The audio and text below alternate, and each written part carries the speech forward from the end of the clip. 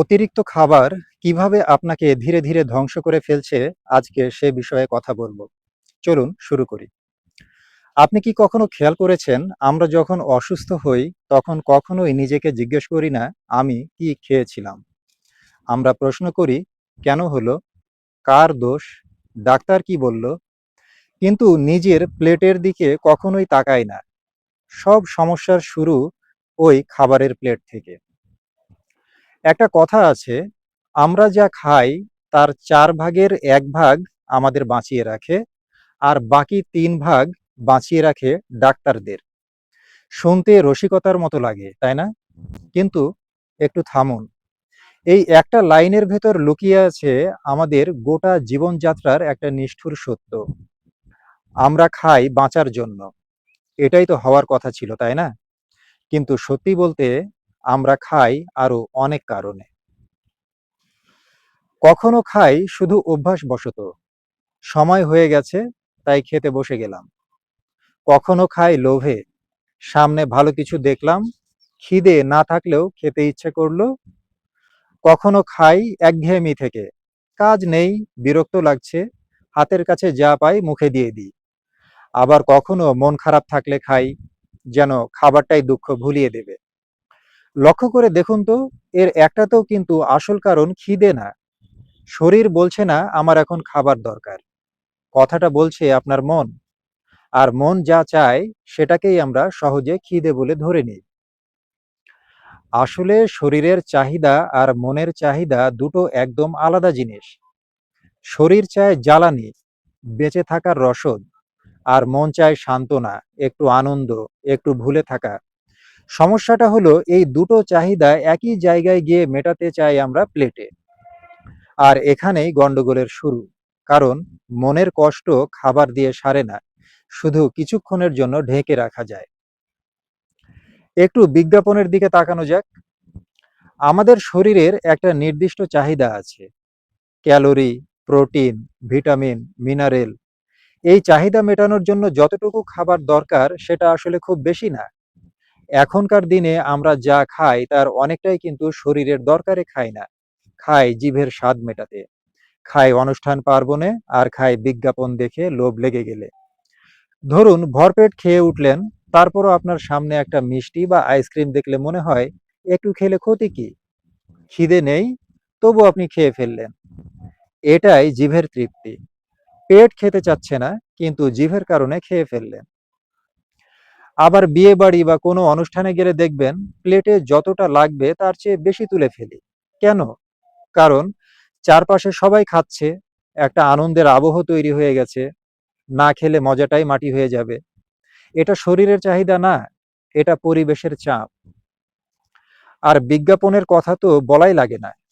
টিভিতে বা ফোনের স্ক্রিনে একটা রঙিন বার্গার বা চকচকে কোল্ড ড্রিঙ্কসের বিজ্ঞাপন দেখলেই মুখে পানি চলে আসে। অথচ 5 মিনিট আগেও ওই জিনিসটার কথা আপনার মাথাতেই ছিল না। এই লোভটা কিন্তু আমাদের ভেতর থেকে আসেনি, বাইরে থেকে ঢুকিয়ে দেওয়া হয়েছে। তাহলে দেখুন, খাওয়ার সিদ্ধান্তগুলো আসলে কে নিচ্ছে? আমাদের শরীর, নাকি আমাদের চারপাশের পরিবেশ আর বাজার? গবেষকরা বহুদিন ধরে বলে আসছেন, পৃথিবীতে যত মানুষ না খেয়ে মারা যায় তার চেয়ে বেশি মানুষ মারা যায় অতিরিক্ত খাওয়ার কারণে। ডায়াবেটিস, উচ্চ রক্তচাপ, হৃদরোগ, কিডনির জটিলতা, এগুলো একটা বড় অংশের পেছনে দায়ী আমাদের নিজেদের প্লেট, অর্থাৎ অতিরিক্ত খাবার। বিশ্ব স্বাস্থ্য সংস্থার নানা প্রতিবেদনেও একই কথাই বারবার উঠে এসেছে। অসংক্রামক রোগের সবচেয়ে বড় কারণগুলোর একটি হলো অস্বাস্থ্যকর খাদ্যাভ্যাস। তাহলে প্রশ্ন হলো, আমরা কি সত্যিই খাচ্ছি বাঁচার জন্য, নাকি ধীরে ধীরে নিজের হাতেই নিজের কবর খুঁড়ছি প্রতিটা কামড়ে? ধরুন আপনার বাসায় একটা বাইক আছে, খুব শখের বাইক। আপনি জানেন এই বাইকের ভালো মানের তেল দিতে হয়, নিয়ম করে সার্ভিসিং করাতে হয়, রাস্তার ধুলাবালি থেকে বাঁচাতে হয়। কেন? কারণ বাইকটা দামি, আর আপনি চান বাইকটা দীর্ঘদিন চলুক। এখন ভাবুন তো, আপনার শরীরটা তো বাইকটার চেয়েও দামি।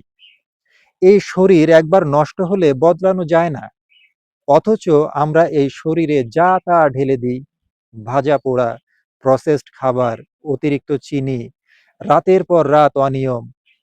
বাইকের জন্য যেটুকু আমরা স্বাভাবিক মনে করি, নিজের শরীরের বেলায় সেটুকুকে অবহেলা করি। কেন এমন হয়? কারণ বাইক নষ্ট হলে আমরা সাথে সাথে বুঝতে পারি, কিন্তু শরীর নষ্ট হয় নিঃশব্দে, বছরের পর বছর ধরে। যেদিন ধরা পড়ে সেদিন হয়তো অনেক দেরি হয়ে যাবে।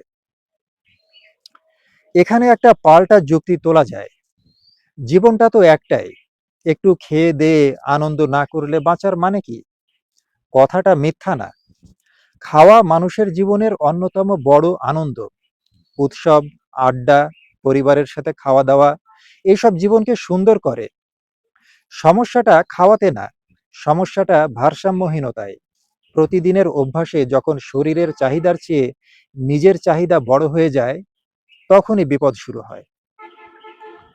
একটু ভেবে দেখুন তো, আজকে সারাদিনে যা খেয়েছেন তার কতটুকু আসলে শরীরের দরকার ছিল, আর কতটুকু ছিল অভ্যাস কিংবা লোভের বশে? উত্তরটা শুনে যদি একটু খচখচ করে মনের ভেতরে, লজ্জা লজ্জা লাগে, তাহলে চিন্তার কিছু নেই। আপনি একা না, আমরা প্রায় সবাই একই নৌকার যাত্রী। প্রতিদিন কতবার যে না চাইতেই বাড়তি কিছু খেয়ে ফেলি, তার হিসাব নাই। খেয়ে ওঠার পরে মনে হয়, ইস, এতটা না খেলেও পারতাম। মনোবিজ্ঞানে একটা সহজ ব্যাখ্যা আছে এর পেছনে। মানুষের মস্তিষ্ক তাৎক্ষণিক তৃপ্তি খোঁজে। মিষ্টি বা তেলে ভাজা খাবার খেলে মস্তিষ্কে ডোপামিন নিঃসৃত হয়, এক ধরনের সুখের অনুভূতি। কিন্তু এই সুখ ক্ষণস্থায়ী। 10 মিনিট পরে সেই তৃপ্তি হারিয়ে যায়, রয়ে যায় শুধু ক্ষতিটুকু। আমরা এই ক্ষণস্থায়ী সুখের পেছনে ছুটতে ছুটতে ভুলে যাই দীর্ঘমেয়াদী স্বাস্থ্যের কথা। এটাই মানুষের সবচেয়ে বড় দুর্বলতাগুলোর একটা। সামনের আনন্দ দেখতে পাই, কিন্তু পেছনের মূল্য দেখতে পাই না। তাহলে সমাধান কি? উপবাস করা? সব স্বাদ ত্যাগ করা? না, তা না। সমাধান হলো সচেতনতা। প্রতিটা খাবার খাওয়ার আগে একবার নিজেকে প্রশ্ন করা, এটা কি আমার শরীরের দরকার, নাকি আমার মনের চাহিদা? এই একটা প্রশ্নই বদলে দিতে পারে আপনার অনেক কিছু। একটা মজার তথ্য বলি, পৃথিবীতে যারা দীর্ঘদিন সুস্থভাবে বেঁচে থাকেন, তাদের মধ্যে একটা মিল খুঁজে পেয়েছেন গবেষকরা। তারা কেউই না খেয়ে থাকেন না, পর্যাপ্ত খাবার খান, কিন্তু একটা জায়গায় তারা সবাই এক, পেট একদম টুইটুম্বুর করে খান না। জাপানের ওয়াকিনোয়া দ্বীপের মানুষদের মধ্যে একটা নিয়ম প্রচলিত আছে, খাবার সময় পেটের 80 ভাগ ভরলেই থেমে যাওয়া, বাকি 20 ভাগ খালি রাখা। শুনতে সহজ লাগলেও এটা কিন্তু মানা চারটিখানি কথা নয়। আমরা বেশিরভাগ মানুষ খাই যতক্ষণ না প্লেট খালি হয়, বা যতক্ষণ না পেট একদম টান টান করে ভরে যায়। কিন্তু শরীর আসলে অনেক আগেই সংকেত দিয়ে দেয়, যথেষ্ট হয়েছে, আর দরকার নেই। সমস্যা হলো আমরা সেই সংকেতটা শুনি না, মন বলে আরেকটু খাই। যারা দীর্ঘদিন সুস্থ থাকেন, তাদের বিশেষত্ব এখানেই, তারা মনের কথায় না, শরীরের কথায় খাওয়া থামিয়ে দেন। এবার শেষ কথাটা বলি, আমরা যখন অসুস্থ হয়ে ডাক্তারের চেম্বারে বসি, তখন ডাক্তার আমাদের চিকিৎসা দেন ঠিকই, কিন্তু আসল চিকিৎসাটা শুরু হওয়ার কথা ছিল অনেক আগে, আমাদের রান্নাঘরে, আমাদের খাবারের প্লেটে, আমাদের প্রতিদিনের সঠিক খাবার বাছাইয়ের সিদ্ধান্তে। আমরা যা খাই তার 4 ভাগের 1 ভাগ সত্যি আমাদের বাঁচিয়ে রাখে, বাকি 3 ভাগ শুধু ডাক্তারদের আয় রোজগার বৃদ্ধি করে, আর ধীরে ধীরে আমাদের শেষ করে দেয়। প্রশ্নটা এখন আপনার কাছে, আজ রাতে আপনি যে খাবারটা খাবেন, তা কি আপনার শরীরের জন্য, নাকি শুধু জিহ্বার স্বাদ মেটানোর জন্য?